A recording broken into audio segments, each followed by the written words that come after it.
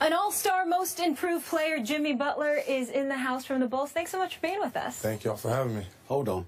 What? I know good and damn well you didn't come onto this show on national television with practically the same suit on as Skip Bayless. I mean, what is up with that? He don't have one, Jordan. Who's cleaner? I think I got him a little bit. I'm not sure about that. The sneakers, the Jordans with that Jays shirt. Get me. I will give you that. And he asked me how many pairs of Jordans I have. I actually have 4. I just counted in my head. He's got like 400, but he works for the brand. He endorses the brand. Well, he should endorse the brand. MJ. We need to get Skip some sky blue Jays.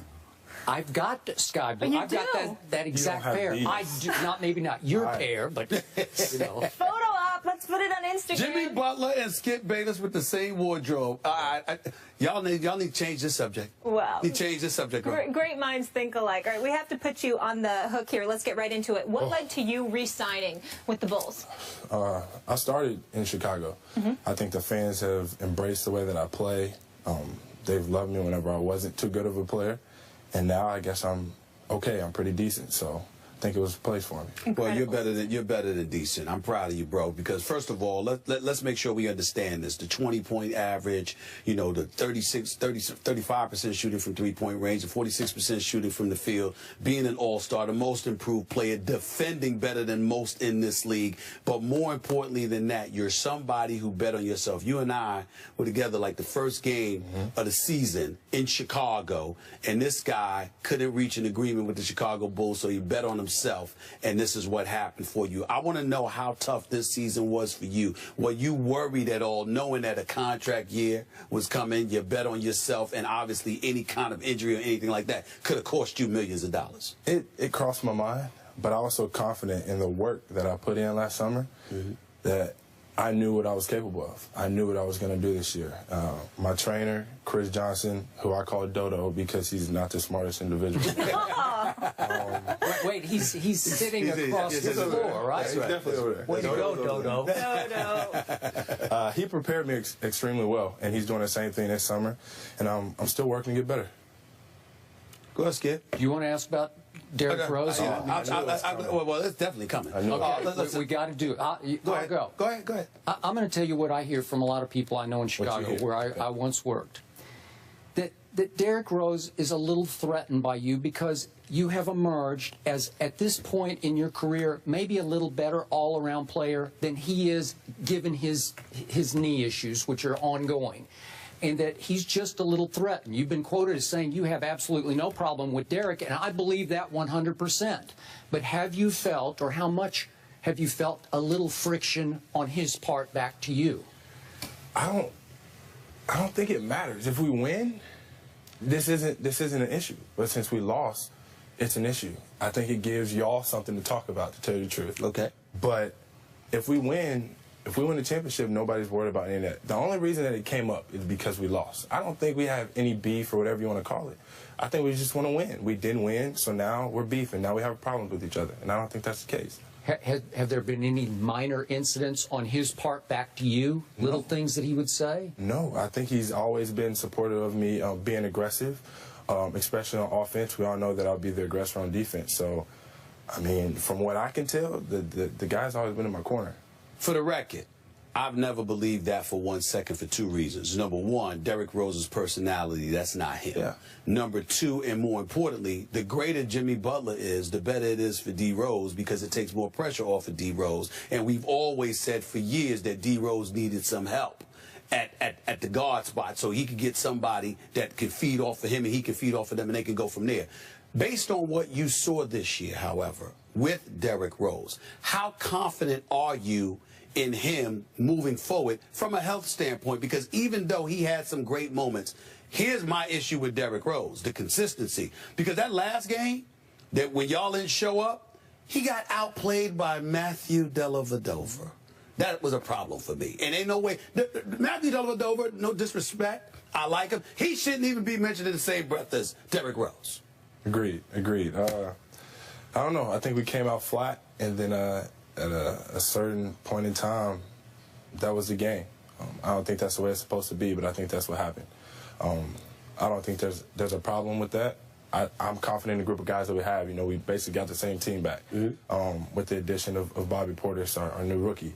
But I'm comfortable where we're at. You know, new coach, but we'll be all right. Why would you be comfortable considering how the season ended and the fact that you guys just got to the semifinals of the Eastern Conference? If a championship is the objective, the roster stays the same. What would make you feel comfortable? We're getting to know each other a lot more. Everybody didn't play together. You know, me and Derek for the first time, really, with the addition of Powell. Everybody's in a different role.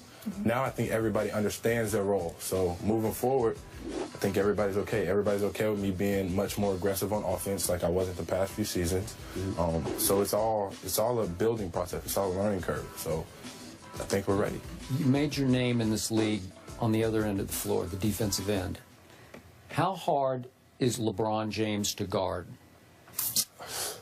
I mean, you see what the guy does on a nightly basis. He's one of the best players to play the game. You have to give him credit for that. But I look forward to it. I think guys respect guys that don't back down from challenges, you know, and that can guard and then go score on the other end. I just think he's a hell of a player, along with a lot of other players in this league. But he put that team on his back. He made that team go. I wanted to transition back to Chicago for a second in terms of Tom Thibodeau. I mean, he coached there the last 5 years. He's universally recognized as one of the better coaches in the NBA. Y'all won 50 games last year. You get to the semifinals of the Eastern Conference, and Tom Thibodeau is without a job. What was it like last year? Because he clearly had lame duck status attached to him as a coach, regardless of what anybody tries to deny. That was a fact, and it's proven now that he's gone. What was it like for you guys playing under him, not just last year, but in your career? What has it been like for him, like playing under him? It was great for me. You know, this is my first coaching change, so it's something I haven't experienced before. I think Tibbs is really great at what he does. You know, you could talk about how everything came up that he was going to get fired after last season, but his job was still to win games. That's what he tried to do to the best of his abilities. I still have a relationship with him. I don't think that that's a problem. I mean, he was my coach for the first 4 years while I was in this league. He's a good guy, and I know he's going to be back in this league very soon. So, should the Cavs still be favored to win the East? You think I'm going to say yeah to that question? I'm just curious. Well, I'm curious to hear what you say, because I think you're starting to come out of your shell a little bit. I think I like our chances. I don't think anybody plays this game to lose, so I can't say that the Cavs are going to win the East. I think. So should you be the favorite? Of course. Why not? Okay. Why can't we be the favorite? You Yes, know they have why. LeBron. Yes, they have LeBron. You know why. Yes, they have LeBron. That's okay. He's been beat before. I mean, not by us, but it's possible. Anything's possible. Well, I must admit to you, let me just say it to your face. Last year, we walked into the season, and the mentality was it was about Cleveland and Chicago. Even though Atlanta came out of nowhere, I knew they weren't beating Cleveland in the Eastern Conference Finals, and they lucked up with the seeding that they had, because I felt if they faced y'all, they probably would have lost to y'all in the playoffs. Having said all of that, this is a different year. And when we talk about Cleveland, forget Cleveland. That's a given. Because of LeBron, they'll be there. I think Miami has eclipsed y'all. Oh, really? Has eclipsed. Yes, I said it. I said it. Okay. I mean, I know they got you, and they got Derrick Rose, and I'm a fan of Pau Gasol's. I don't know about the health of a Joakim Noah. That's a question mark. I don't know what Hoiberg is going to bring to the table, because he's replacing a great coach in Tom Thibodeau, all right? But I look at Miami.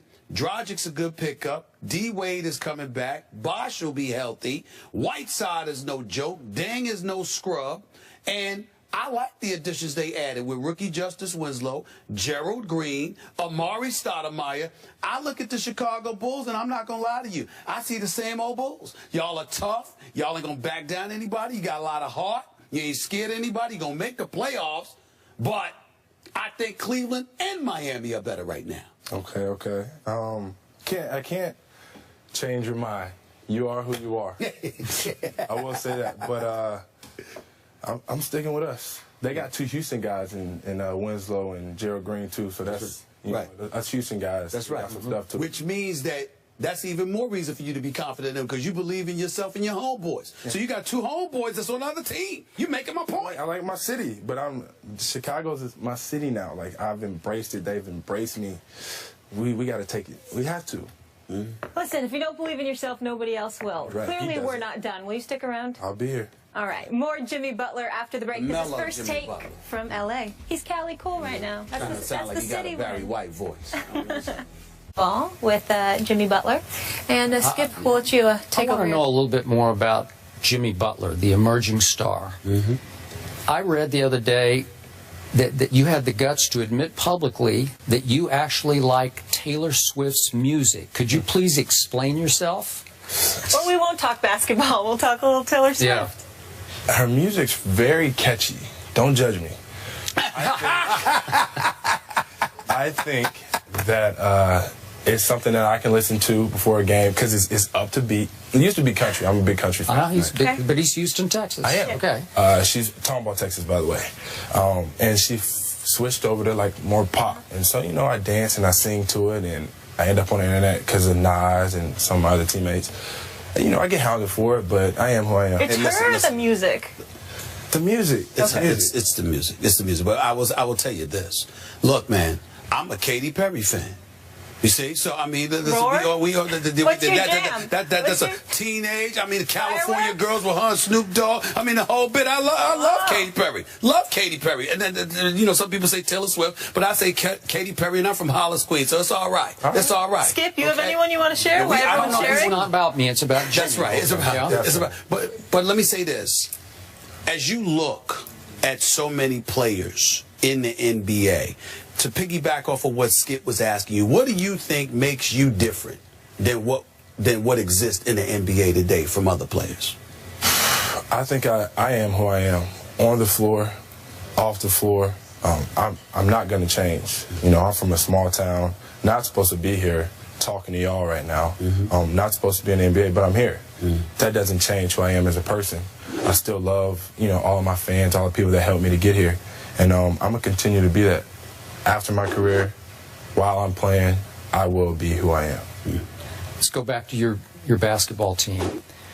Coach Tibbs was who he was, maybe to a fault. Give us some insight into why that decayed and finally ended so badly for him in Chicago. I don't know. I don't think that's my job. You know, that's the general management job. My job is to play basketball, help win games. Obviously, I did not have a problem with Tibbs. I think we have another great coach in Hoiberg. From where I'm sitting down, talking to him and listening to what he has to say and his plan moving forward, I mean, I think he knows what he's doing. Give me some insight into how concerned the team is, how concerned you think the city is, that the window of opportunity that y'all have is diminishing before our very eyes. Some people look at you guys and think that. To that you say what? I think we have to prove ourselves. We have to win. We can't keep saying this is our year, this is our year, this is our year, and not make it happen. It is a concern, but I really think that we're capable of it. You know, if everybody stays healthy and we just play together and play hard, we really can win. But, you know, I'm just saying it, like I said, the last year and the year before that, we got to make it happen. So your ex-coach played you more minutes than anybody. Do you want the new coach to cut that down just a little bit? Because I think management wanted to cut down just a little bit. Yeah, I want to play because when I was a rookie and I wasn't playing, I always was nagging, I want to play, I want to play, I want to play. Well, he gave me more minutes than anybody in the league. I can't complain, and I never will complain. I love this game. If that's what my team needs me to do, that's what I'm going to do. Play however many minutes. Let's go back to your belief that your team can contend. I've already told you I think Miami and Cleveland are better in the East. Yeah, you heard me the first time, but my thought wasn't complete, Barry White. It wasn't complete, okay? Here's the deal. Out West, you got San Antonio that acquired LaMarcus Aldridge, kept Kawhi Leonard, Tim Duncan obviously staying, etc., etc. Oklahoma City, we anticipate and hope that the great Kevin Durant will come back healthy. DeAndre Jordan came to his senses and decided to stay in Los Angeles instead of thinking. Say what? Houston get it. Yes, that's right. No, the Houston Rockets, by the way. Okay, you look at all the things that transpired in free agency. What do you think? Who do you think had the best free agent period? You're asking me that That's question? right. That's You're right. asking me. No, I'm not talking about you and your new You deal. asked me the question. Outside of you. Outside of you and the Chicago Bulls. Oh, okay. Who do you think had the best free agency? I'm going with San Antonio. Thank you. I'm going with San Antonio. LA is a constant mismatch problem for people, and the dude can play. He's a Texas kid, Dallas. Oh, close enough. I'm just saying, my state. Okay. We got the message, but, you know, Kawhi is a hell of a player. And the core team that they already have, they've already won it. They've already played together for so many years. They really got better with the additions that they added. Yeah, they lost a few pieces, but that one piece in LA, that's going to take them over the top. So, to conclude all this, you will win the East next year, you're saying. You're on record, right? I have to be on record saying that. I have to. I can't say we're going to lose. We don't play this game and lose. Yes, we're not listening to your opinion. Jimmy, you're off the hot seat. Don't worry. Thank you so much. Congratulations on a great season and good luck this upcoming season. I appreciate it. We Congrats, appreciate bro. it. Thank you. Much deserved. It's ESPY's Weeks. We're out here in LA, so another big guest is joining us, Grammy-nominated rapper Big Sean. He's got a new single, One Man Can Change the World, also his video. You can see it right here now, featuring John Legend and Kanye West off his latest album. We'll talk to him on the other side of the break.